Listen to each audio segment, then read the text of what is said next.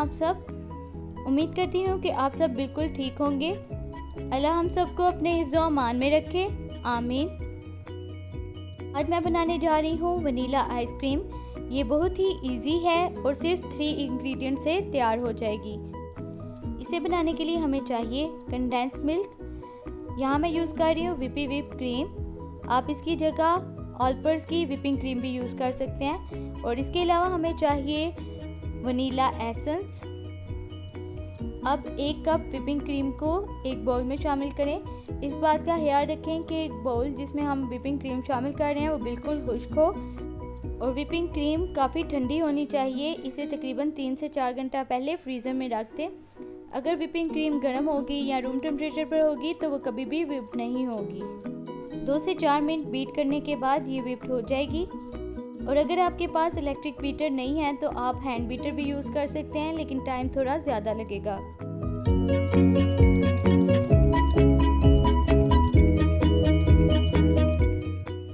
जैसे कि वीडियो में नज़र आ रहा है, जब क्रीम इस फॉर्म में आ जाएगी तो वो बिल्कुल तैयार है।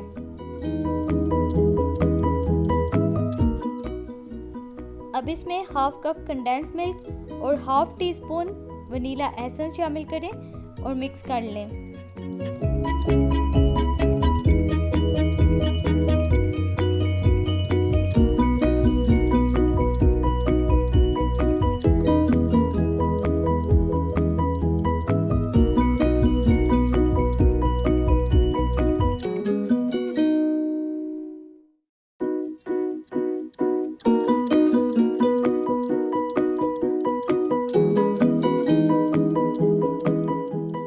मिक्स करने के बाद अब इसे एयर टाइट बॉक्स में डाल लें और कवर करने से पहले इसे टैप कर लें ताकि इसमें से बबल निकल जाएं।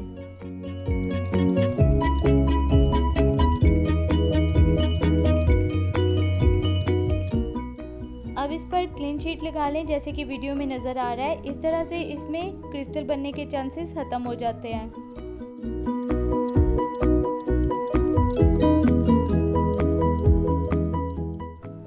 अब इसे कवर करने के बाद फ्रीज़र में रख लें तकरीबन 7 से 8 घंटे या ओवरनाइट। बेहतर है कि आप ओवरनाइट इसे फ्रीज़ कर लें, उसके बाद ही सर्व करें।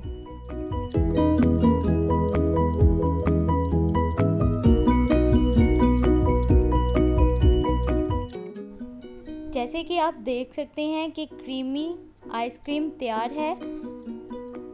ये खाने में भी बहुत ही मज़ेदार है, इसे ज़रूर ट्राई कीजिएगा। इस रेसिपी को एज इट इज़ ट्राई करें और घर बैठे बैठे आइसक्रीम का मज़ा लें।